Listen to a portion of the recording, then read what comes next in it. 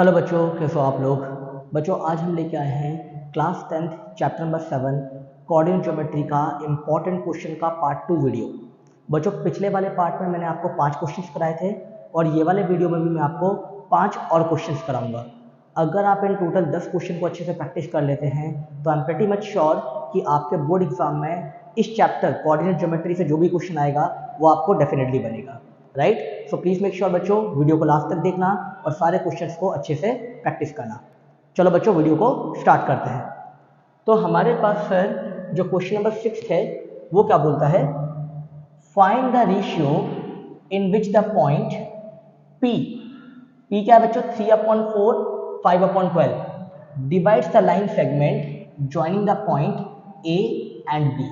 मतलब कि बच्चों हमारे पास दो पॉइंट है, एक पॉइंट A है एक पॉइंट B है और हमको एक पॉइंट P ऑलरेडी दिया हुआ है जो उस लाइन सेगमेंट को डिवाइड कर रहा है और हमको ये बताना है कि सर ये जो पॉइंट P है वो AB लाइन सेगमेंट को किस रेशियो में डिवाइड कर रहा है।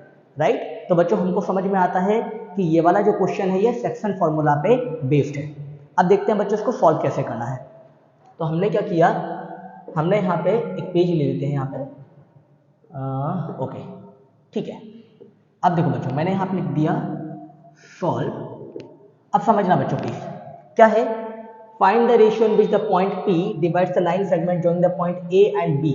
देखो बच्चों तो मेरे पास एक लाइन सेगमेंट है, मैंने कहा ठीक है सर एक लाइन सेगमेंट है मेरे पास, ये है A और ये है B। ठीक है भाई, A के कोऑर्डिनेट क्या है बच्चों 1/2, 3/2।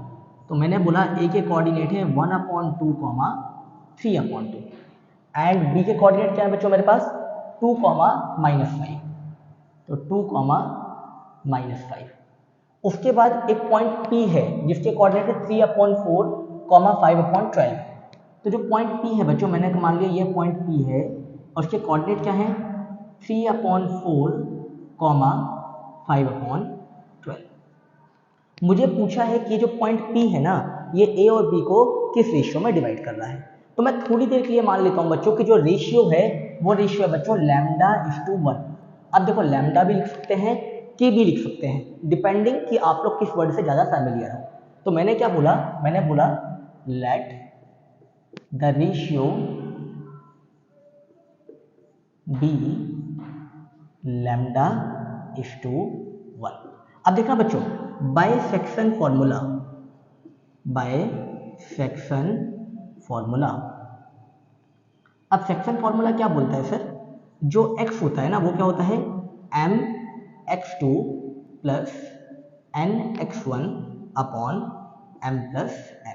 ये बोलता है बच्चों हमको सेक्शन फॉर्मूला। यहाँ पे x क्या होता है, x होता है कोऑर्डिनेट ऑफ द पॉइंट जो डिवाइड कर रहा है, x1 पहला पॉइंट और x2 दूसरा पॉइंट। हमारे पास ये सारे पॉइंट है, हम उठा के वैल्यू को फॉर्मूले में पुट कर देते हैं।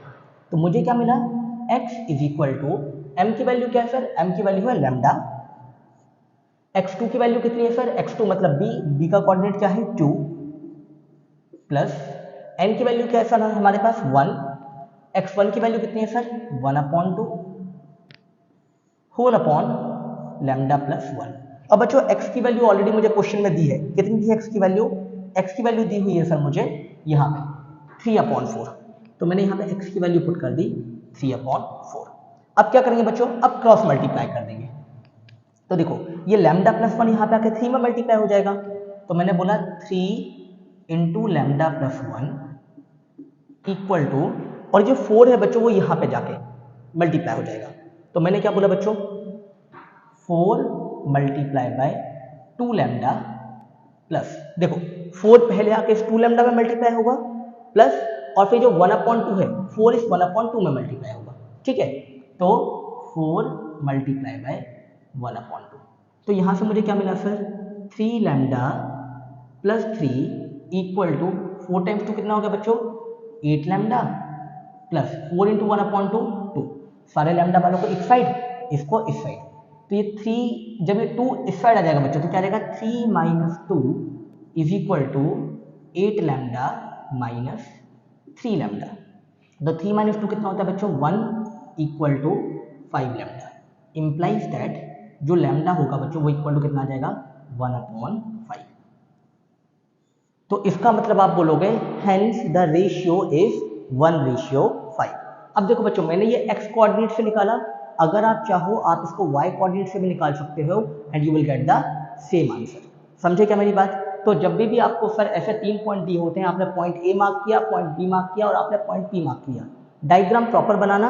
आपने रेशियो को λ/1 ले लिया, आपने सेक्शन फॉर्मूला अप्लाई किया, सारी वैल्यूज को सब्स्टिट्यूट किया, you will get your answer. Clear to all of you? चलो बच्चों अगले क्वेश्चन की तरफ चलते हैं। अगला क्वेश्चन क्या बोलता है सर हमको, find the ratio in which y axis. बच्चों बहुत इंपॉर्टेंट कॉन्सेप्ट है ये। अब आपको रेशियो फाइंड करना है, लेकिन उन्होंने आपको पॉइंट नहीं दिया। उन्होंने क्या बोला? उन्होंने आपको बोला y एक्सिस। मैं समझाऊंगा आपको एक बहुत अमेजिंग चीज। Divides the line segment joining the point a and b। आपको बच्चों ये बताना है कि वो रेशियो बताओ जिसमें y एक्सिस a और b पॉइंट को डिवाइड करती है। Also find the coordinate of point of division. और जो कोऑर्डिनेट है ना, आपको वो कोऑर्डिनेट भी निकालने हैं। मैंने कहा ठीक है सर, समझते हैं कैसे करेंगे। तो हमने क्या किया बच्चों, हमने एक पेज ले लिया, हमने लिखा यहाँ पे सॉल्व नंबर 7। जैसा कि बच्चों मैंने आपको बताया कि आपने एक डायग्राम बनाया, यहाँ पे आपने लिया पॉइंट ए, यहाँ पे आपने लिया पॉइंट बी। ए के कोऑर्डिनेट कितने हैं बच्चों? 5, -6, बी के हैं -1, -4। तो 5, -6 एंड -1, -4। अब क्या बोल रहे हैं बच्चों कि इसको, ये जो पॉइंट है ए बी, ये जो लाइन है, इसको y एक्सिस डिवाइड कर रही है। तो मैंने एक पॉइंट P मान लिया बच्चों, ये पॉइंट P है जो y एक्सिस पे है। अब बच्चों y एक्सिस पे कोई भी पॉइंट होता है तो उसकी खासियत क्या होती है? y एक्सिस पे अगर कोई भी पॉइंट होगा तो उसकी खासियत होती है सर कि वो जो कोऑर्डिनेट होते हैं ना, वो होते हैं आपके 0, y। अगर y एक्सिस है तो x का कोऑर्डिनेट 0 होगा, और अगर x एक्सिस बोलते तो y का कोऑर्डिनेट 0 होता। समझे क्या मेरी बात? तो मैंने बोला यहाँ पे जो पॉइंट P है y एक्सिस पे, उसको मैंने बोला 0, y। अब ये किस रेशियो में डिवाइड कर रही है? रेशियो तो मुझे पता नहीं है, लेकिन मैंने पिछले क्वेश्चन में आपको बताया था जब रेशियो नहीं पता होता है तो हम क्या बोलते हैं? Ratio be λ/1।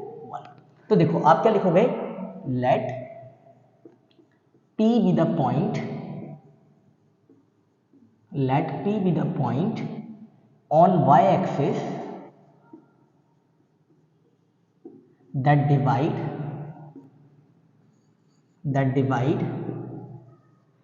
AB in ratio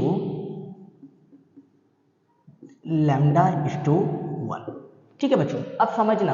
अब मुझे पता है कि सर मुझे रेशियो निकालने को सेक्शन फॉर्मूला को अप्लाई करना पड़ेगा। अब बच्चों समझदारी क्या है आपकी, अगर आप सेक्शन फॉर्मूला अप्लाई करते हो, आपको x1 की वैल्यू दी है, आपको x2 की वैल्यू दी है और आपको x की वैल्यू दी है। बट अगर आप y कोऑर्डिनेट को यूज करते हो तो आपको y1 की वैल्यू दी है, y2 की वैल्यू दी है, लेकिन y की वैल्यू नहीं दी है। तो इसका मतलब सर जब आपको x1, x2 और x तीनों दिए हुए हैं तो आप x कोऑर्डिनेट को यूज करोगे। अगर बाई चांस आपको यहाँ पे y के बदले x एक्सिस बोला होता तो आपका कोऑर्डिनेट क्या होता? x, 0। तो उस टाइम पे आप x को यूज नहीं करते, आप इसको यूज करते, y को यूज करते। ये छोटी छोटी चीजों को बच्चों अपन को अपने दिमाग में बैठा के रखना है। तो मैंने बोला बाय सेक्शन फॉर्मूला, मैंने क्या बोला बच्चों? By section formula. क्या होता है बच्चों सेक्शन फॉर्मूला? जो x होता है वो होता है sir mx2 plus nx1 upon m+n। मैंने बोला ठीक है सर, एक बार इसकी वैल्यूज पुट कर देते बच्चे। हमारे पास m की वैल्यू कितनी, सॉरी x की वैल्यू कितनी है बच्चों? यहाँ पे x की वैल्यू है 0, तो x की वैल्यू मैंने डाल दिया 0 इज इक्वल टू m की वैल्यू कितनी है सर हमारे पास? लैम्डा। x2 की वैल्यू कितनी है हमारे पास? -1 प्लस n की वैल्यू कितनी है? 1। x1 की वैल्यू कितनी है? 5 अपॉन λ+1। अब देखो बच्चों, ये जो λ+1 है ये उस साइड मल्टीप्लाई हो जाएगा और कितना हो जाएगा? 0। तो मैंने बोला यहाँ से कि सर 0 इक्वल टू इसको यहाँ -λ+5। तो इसका मतलब सर मुझे क्या मिला? अगर मैं लैम्डा को सेट भेज दूं तो λ = 5। Therefore the ratio is the ratio is, lambda की जगह कितना मिल गया मुझे 5, तो रेशियो कितना आ गया बच्चों 5:1। तो सबसे पहला काम क्या सर, आपने अपना क्वेश्चन को समझा, आपने ए और बी कोऑर्डिनेट को मार्क किया, आपने एज पर द क्वेश्चन अपना पॉइंट पी मान लिया, वाई एक्सिस बोला था इसलिए आपने 0, y लिया, अगर एक्स एक्सिस बोलते तो आप क्या लेते बच्चों x, 0 लेते, राइट। फिर आपने बच्चों सेक्शन फॉर्मूला वैल्यू रख के अपना रेशियो निकाल लिया। अब मुझे क्वेश्चन में और क्या बोला है बच्चों, क्वेश्चन में बोला है also find the coordinate of the point of division, आपको पॉइंट पी के कोऑर्डिनेट भी निकालने हैं। अब अगर आप पॉइंट पी को देखते हैं तो x कोऑर्डिनेट तो मुझे पता है यहाँ पे 0 है, मुझे किसकी वैल्यू निकालनी है, y की वैल्यू। तो मैंने क्या किया बच्चों, मैंने बोला नाउ जो y होगा बच्चों, y का भी तो वही फॉर्मूला होगा ना, my2 plus ny1 upon m plus n, ठीक है सर। तो y इक्वल टू, अब देखना बच्चों m की वैल्यू कितनी है यहाँ पे लैम्डा, लेकिन लैम्डा की वैल्यू तो मेरे पास आ चुकी है 5, देखिए फिर भी मैं लिख देता हूँ एक बार, मैंने बोला लैम्डा और जो y2 की वैल्यू है वो कितनी है आपके पास -4 प्लस n की वैल्यू कितनी है 1, n की वैल्यू है 1 और यहाँ पे कितनी वैल्यू है इसकी -6 अपॉन लैम्डा प्लस 1, ठीक है सर।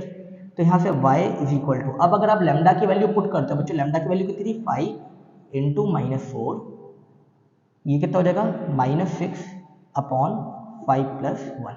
अगर बच्चों मैं इसको यहाँ पे सॉल्व कर देता हूँ तो मुझे मिलता है y इक्वल टू बच्चों 5 इंटू -4 कितना हो जाएगा -20, उसके बाद ये कितना हो जाएगा -6 अपॉन 5 प्लस 1 कितना हो जाएगा बच्चों 6, तो y इज इक्वल टू कितना आ जाएगा -26/6 विच इज इक्वल टू -13/3। तो आप क्या बोलोगे, hence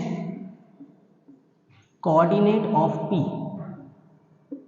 hence coordinate of P are, x की वैल्यू थी 0 और y की वैल्यू थी -13/3। क्लियर हुआ क्या सबको बच्चों, बहुत अच्छा क्वेश्चन है, एग्जाम में रिपीटेडली पूछा जाता है, कभी y एक्सिस देते हैं कभी x एक्सिस देते हैं। Clear to all of you, चलो बच्चों आगे चलते हैं।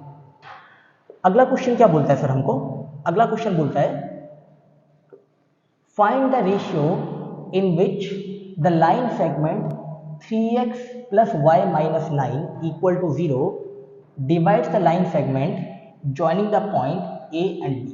अब देखो बच्चों धीरे धीरे हम लेवल को अप कर रहे हैं, सेक्शन फॉर्मूला से सबसे टफेस्ट क्वेश्चन है ये, इससे टफ क्वेश्चन सेक्शन फॉर्मूला में आ ही नहीं सकता।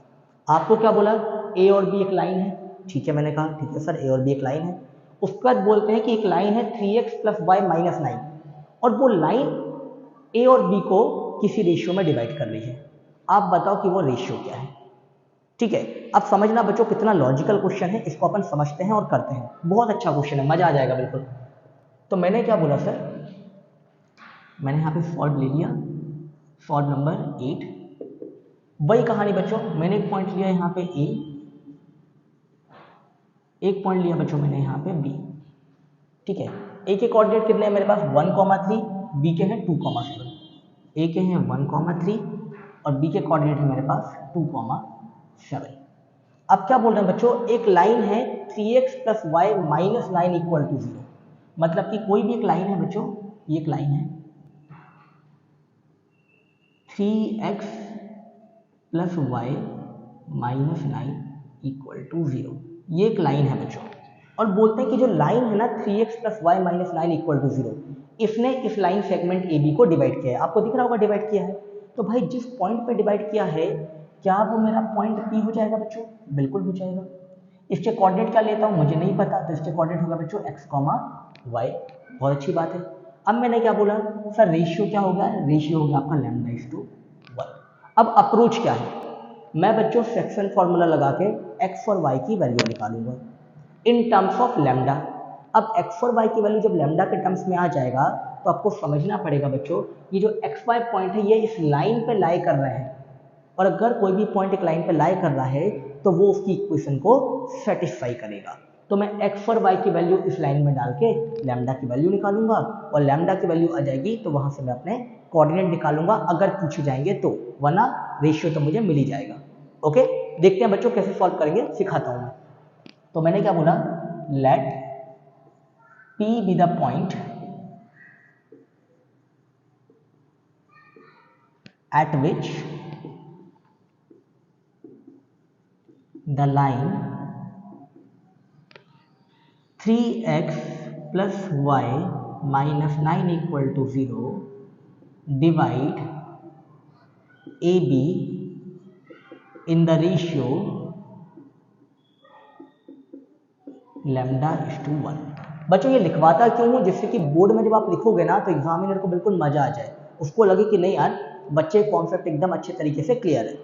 ठीक है, तो देखो बच्चों मैंने क्या बोला, बाइसेक्शन फॉर्मूला,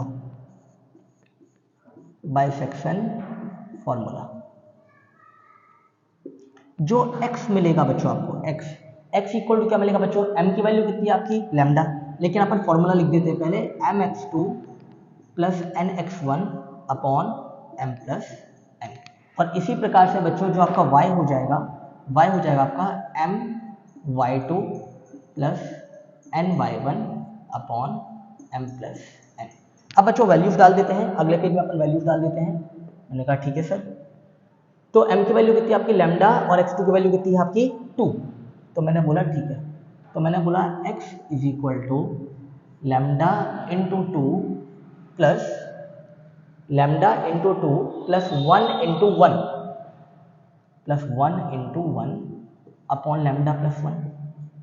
तो यहाँ से जो x मिल गया सर मुझे, वो कितना मिल गया मुझे, 2 lambda plus 1 upon lambda plus 1। ठीक है, इसी प्रकार से बच्चों अगर मैं y निकालता हूँ तो y इज इक्वल टू क्या मिल जाएगा मुझे, लैम्डा y2 मतलब लैम्डा इंटू 7, लैम्डा इंटू 7, एक मिनट इसको क्लियर कर देते हैं, हाँ लैम्डा इंटू 7 प्लस n कितना है आपका 1 और y1 कितना है आपका 3 अपॉन लैम्डा प्लस 1। तो इसका मतलब सर जो y हो जाएगा वो कितना हो जाएगा आपका 7 lambda plus 3 upon lambda plus 1। तो आपने x और y की वैल्यू बच्चों यहाँ से कैलकुलेट कर ली इन टर्म्स ऑफ लैम्डा। अब आप क्या बोलोगे, आप बोलोगे since x and y, x और y उस लाइन पर लाई करते हैं तो वो इक्वेशन को सेटिस्फाई करेंगे। तो मैंने क्या बोला, since x and y lies, x and y नहीं बच्चों ऐसे करके, मैंने क्या बोला यहाँ पे, therefore coordinate of p, coordinate of p are, क्या मिल गया बच्चों मुझे coordinate of p, 2 lambda plus 1 upon lambda plus 1 comma 7 lambda plus 3 upon lambda plus 1। अब आप क्या बोलोगे, since p lies on 3x plus y minus 9 equal to 0, therefore p will satisfy the equation। तो मैंने क्या बोला सर कि जो पॉइंट P है वो इस लाइन पे लाई कर रहा है 3x plus Y minus 9 equal to 0, तो पॉइंट P इस लाइन की इक्वेशन को सेटिस्फाई करेगा। एक बार मैं इक्वेशन चेक कर लेता हूँ, 3x प्लस वाई माइनस 9, ठीक है। तो मैंने कहा ठीक है सर आगे बढ़ते हैं, तो आपने बोला इम्प्लाइज दैट 3 इंटू एक्स की जगह पे क्या पुट करोगे बच्चों आप, 2 lambda plus 1 upon lambda plus 1, तो 2 lambda plus 1 upon lambda plus 1 plus y की जगह पे क्या पुट करोगे, 7 lambda plus 3 upon lambda plus 1, 7 lambda plus 3 upon lambda plus 1 minus 9 equal to 0। मैंने कहा ठीक है सर, मल्टीप्लाई कर दो बच्चों। अगर मैं सबका एलसीएम लेता हूँ, पहले देखो ये कितना हो गया, 6 lambda plus 3 upon lambda plus 1 plus 7 lambda plus 3 upon lambda plus 1। अगर मैं माइनस 9 को उस साइड भेज दूँ, ये क्या बन जाएगा, प्लस 9। अगर बच्चों आप एलसीएम लेते हो तो इन दोनों का एलसीएम कितना होगा, लैम्डा प्लस 1, और वो वहाँ जाकर मल्टीप्लाई हो जाएगा। तो आपको क्या मिला, 6 लैम्डा प्लस 7 लैम्डा कितना हो गया, 13 लैम्डा, और 3 प्लस 3 कितना हो गया, 6 इज इक्वल टू, ये लैम्डा प्लस 1 जो एलसीएम आया था ये वहां जाके मल्टीप्लाई हो जाएगा, तो क्या आ जाएगा आपको 9 लैम्डा प्लस 9। अब क्या करोगे, लैम्डा वालों को एक साइड, तो 13 lambda minus 9 lambda is equal to 9 minus 6। तो इसका मतलब sir 4 lambda is equal to 3, implies that lambda is equal to 3/4. तो hence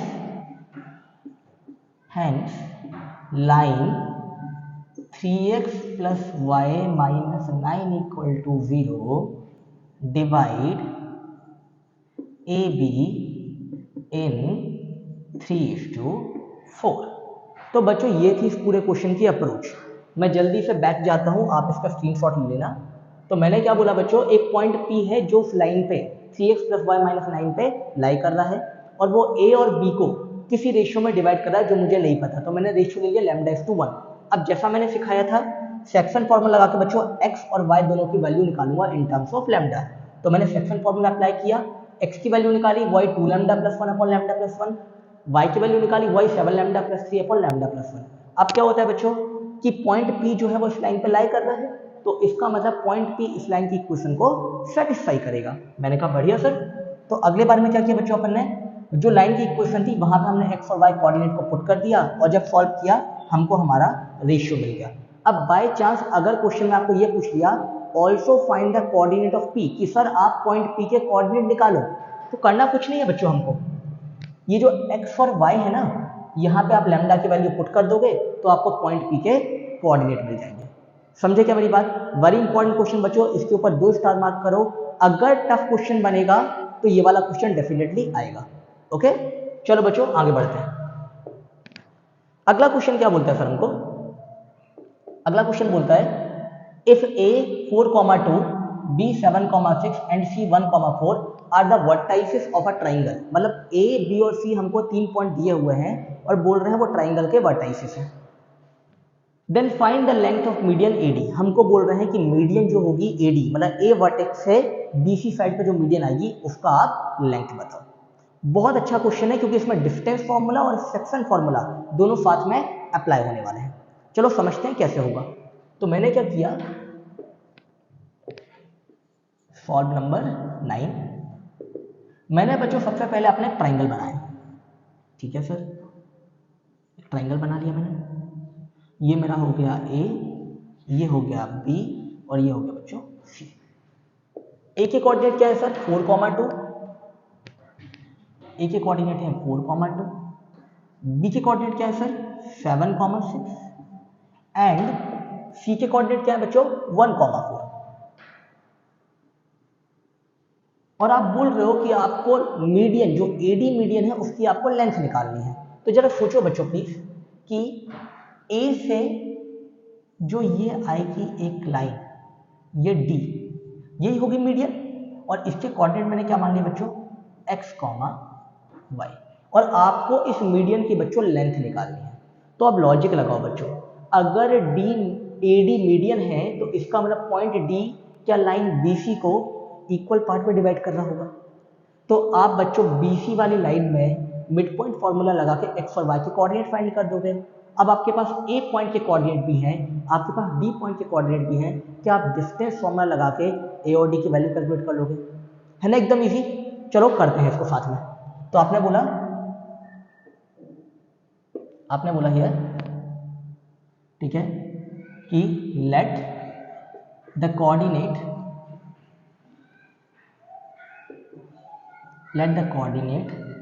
of D be x, y. Therefore, by section formula क्या हो जाएगा बच्चों, जो x होगा वो होगा x1 प्लस x2 अपॉन 2, क्योंकि सर यहाँ पे 1 और ये वाला जो रेशियो होता है ये क्या होता है बच्चों 1:1, तो इसलिए 1 प्लस 1 कितना हो जाएगा 2। तो यहाँ से आपको जो x मिला, अब x1 क्या हो जाएगा बच्चों आपका 7, x2 क्या हो जाएगा आपका 1, तो 7 plus 1 upon 2 which is equal to 8/2 which is equal to 4। Similarly अगर मैं यहाँ कर देता हूँ, सिमिलरली जो y होगा बच्चों, y क्या होगा, y1 प्लस y2 अपॉन 2। तो y is equal to, y1 कितना है 6, y2 कितना है 4, 6 प्लस 4 अपॉन 2, 6 प्लस 4 कितना होता है बच्चों 10 अपॉन 2। तो यहाँ से मुझे मिल गया y इक्वल टू 5। तो देखना बच्चों, मुझे x मिल गया 4 और y मिल गया 5, मतलब कि मुझे d के कोऑर्डिनेट मिल गए। अब क्या करेंगे, मैंने बोला now length of median AD will be, length of median AD will be कैसे निकालोगे sir, AD is equal to under root, आपको याद है ना बच्चों डिस्टेंस फॉर्मूला क्या होता है, x2 माइनस x1 का whole square plus y2 minus y1 का होल स्क्वायर। बच्चों एग्जाम में ना हमको ये फॉर्मूला लिखना नहीं नहीं भूलना है, एग्जाम में हम फॉर्मूला अगर नहीं लिखेंगे ना तो एग्जामिनर हमारा मार्क्स काट सकता है। अब देखो बच्चों AD, A के कोऑर्डिनेट कितना है यहाँ पे आपका 4, तो मतलब x1 हो गया 4 और x2 कितना हो गया बच्चों आपका 4, यानी तो मजेदार चीज हो गई। तो 4 माइनस 4 का होल स्क्वायर प्लस ये भी 4 था, ये भी 4 था, तो 4 माइनस 4 का होल स्क्वायर, y कितना, ये 2 है और ये कितना है 5 है, तो इसका मतलब 5 माइनस 2 का होल स्क्वायर। तो AD is equal to under root 4 minus 4 कितना हो जाएगा 0, तो 0 का स्क्वायर प्लस 5 माइनस 2 कितना हो जाएगा 3, 3 का स्क्वायर। तो यहाँ से बच्चों AD इज इक्वल टू आ गया आपका under root 9 which is equal to 3 unit. बच्चों डू नॉट फॉरगेट यूनिट लिखना नहीं भूलना है, तो यूनिट लिखोगे तो इसका मतलब वहाँ पे आपके मार्क्स नहीं कट पाएंगे। अगर आपने सिर्फ 3 लिख दिया तो उसका मतलब वो 3 क्या है वहाँ पे, राइट, तो इसको नहीं भूलना है। तो इस क्वेश्चन की अप्रोच क्या थी, वापस से रिकैपिचुलेट करता हूँ। हमको एक ट्राइंगल दिया था ABC जिसके हमको वर्टाइसेस दिए हुए थे, हमको बोला कि AD लेंथ की मीडियन निकालो, मैंने कहा ठीक है सर। तो मैंने बोला B और C का जो मिड पॉइंट होगा वो होगा पॉइंट D, तो मैंने पहले पॉइंट D के कोऑर्डिनेट निकाले मिड पॉइंट का फॉर्मूला लगा के, और जब मुझे D पॉइंट के कोऑर्डिनेट मिल गए यहाँ पे जो कि क्या थे बच्चों 4, 5, तो मैंने A और D की अपनी लेंथ निकाल दी by using the distance formula. Clear to all of you? चलो बच्चों last question of this chapter, चलो देखते हैं बच्चों लास्ट क्वेश्चन क्या बोलता है। लास्ट क्वेश्चन बोलता है proof that the points 7, -10, -2, 5, 3, -4 are the vertices of an isosceles right triangle. अब देखो बच्चों बहुत सारे बार ना एग्जाम में ये क्वेश्चन पूछा जाता है। होता क्या है, आपको इस बार प्रूफ करने बोला है कि आपको ये प्रूफ करो कि ये आइसोसेलेस राइट ट्राइंगल है, कभी बोल देंगे ये प्रूफ करो कि ये इक्विलेटरल ट्राइंगल है, कभी बोल देंगे आइसोसेलेस ट्राइंगल है, कभी बोल देंगे स्क्वायर है, कभी बोल देंगे रेक्टेंगल है। तो करना क्या है सर, आपको जो भी कोऑर्डिनेट दिए हैं आप पहले उनका डिस्टेंस निकालो। अगर इक्विलेटरल ट्राइंगल होगा बच्चों तो आपका जो तीनों डिस्टेंस होगा AB, BC और AC वो बराबर आ जाएंगे। अगर आइसोसेलेस होगा तो आपके दो पॉइंट के डिस्टेंस सेम आ जाएंगे। अब यहाँ पे क्या बोला है बच्चों, आइसोसेलेस राइट ट्राइंगल, मतलब कि हमको समझना है कि हमको दो साइड बराबर भी चाहिए प्लस जो एक एंगल होगा वो 90 डिग्री होना चाहिए। वो कैसा प्रूफ होता है, वो होता है बच्चों कि पाइथागोरस थ्योरम आपकी जो साइड है वो सेटिस्फाई करनी चाहिए। अगर स्क्वायर बोलेंगे मतलब चारों साइड बराबर होनी चाहिए और कॉर्नर एंगल 90 डिग्री, मतलब कि जो डायगोनल होनी चाहिए वो पाइथागोरस थ्योरम को सेटिस्फाई करेगी। तो मैं एक क्वेश्चन आपके लिए करवा देता हूं, बट प्लीज मेक श्योर बच्चों इसमें स्क्वायर, रेक्टेंगल, रोहम्बस या फिर आपके लिए पैरेललोग्राम, ये कुछ भी क्वेश्चन आएगा आपको बच्चों सेम तरीका अप्लाई करके उनको सॉल्व करना है, समझे क्या? चलो बच्चों क्वेश्चन को स्टार्ट करते हैं। तो मैंने क्या बोला यहाँ पे, मैंने एक पेज ले लिया और मैंने बोला सॉल्व लेट ए का वर्टेक्स क्या है बच्चों 7, 10, बी का वर्टेक्स कितना है बच्चों -2, 5 एंड सी का वर्टेक्स क्या है बच्चों मेरे पास 3, -3 be the vertices of triangle ABC। ठीक है, एक ट्राइंगल ABC बना भी देता हूं बच्चों में। मुझे नहीं पता कि कौन सा एंगल 90 डिग्री होगा, मैं रैंडमली बना रहा हूं बच्चों। मैंने ये A बोल दिया, इसको B बोल दिया, इसको C बोल दिया, ए के वर्टेक्स मार्क कर दिए 7, 10, बी के वर्टेक्स मार्क कर दिए मैंने 3, -4, सी के वर्टेक्स मार्क कर देता हूं बच्चों। सी के वर्टेक्स क्या है मेरे, सी के वर्टेक्स है 3, -4 और बी के वर्टेक्स है -2, 5 और सी के वर्टेक्स है 3, -4 अब क्या करेंगे बच्चों, तो मैंने बोला बाय यूजिंग डिस्टेंस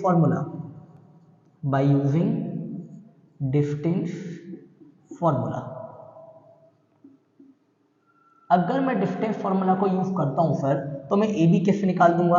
मैंने बोला sir A B is equal to √x2 - x1 का होल स्क्वायर। तो x2 है -2, x1 है 7, तो -2 - 7 का whole square plus y2 - y1 5 - 10 का होल स्क्वायर। अगर आप बच्चों इसको देखोगे बहुत ध्यान से, समझना बच्चों प्लीज मेरी बात, -2 - 7 कितना हो जाएगा, -9 का स्क्वायर कितना होता है सर 81 प्लस 5 - 10 कितना होता है -5 का स्क्वायर कितना होता है 25, तो विच इज इक्वल टू √106। समझे, मैंने ए बी निकाल लिया। अब मैंने क्या बोला, सिमिलरली इसी तरीके से जो BC होगा वो क्या होगा √ऑफ BC क्या होगा बच्चों, BC होगा आपका x2 - x1, तो 3 - -2, तो 3 - -2। बच्चा बहुत गलती करता है ये कोऑर्डिनेट लिखने में, अच्छे से करना है, प्लस 3 - -2 हो गया -4 -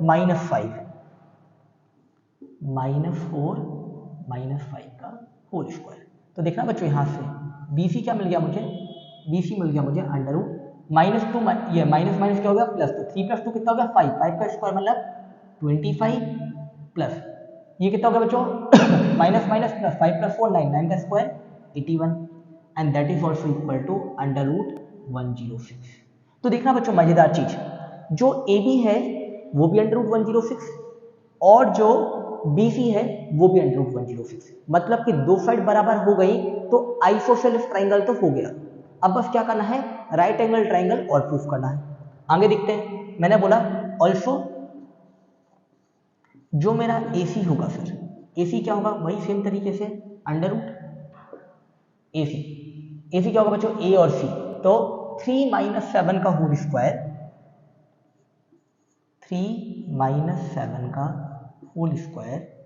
प्लस 3 - 7 का होल स्क्वायर -4 - 10, तो -4 - 10 का होल स्क्वायर। ठीक है सर, तो AC इज इक्वल टू √3 - 7 कितना होता है बच्चों, 7 में से 3 गया 4 बचा, 4 का स्क्वायर 16 प्लस माइनस प्लस 10 + 4 कितना होता है 14 का स्क्वायर कितना होता है sir 196, 14 × 14 right.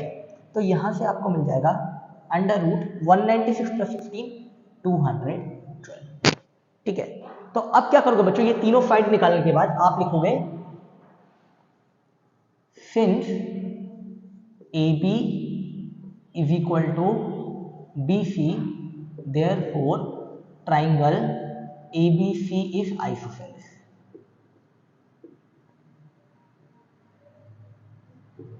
Now let us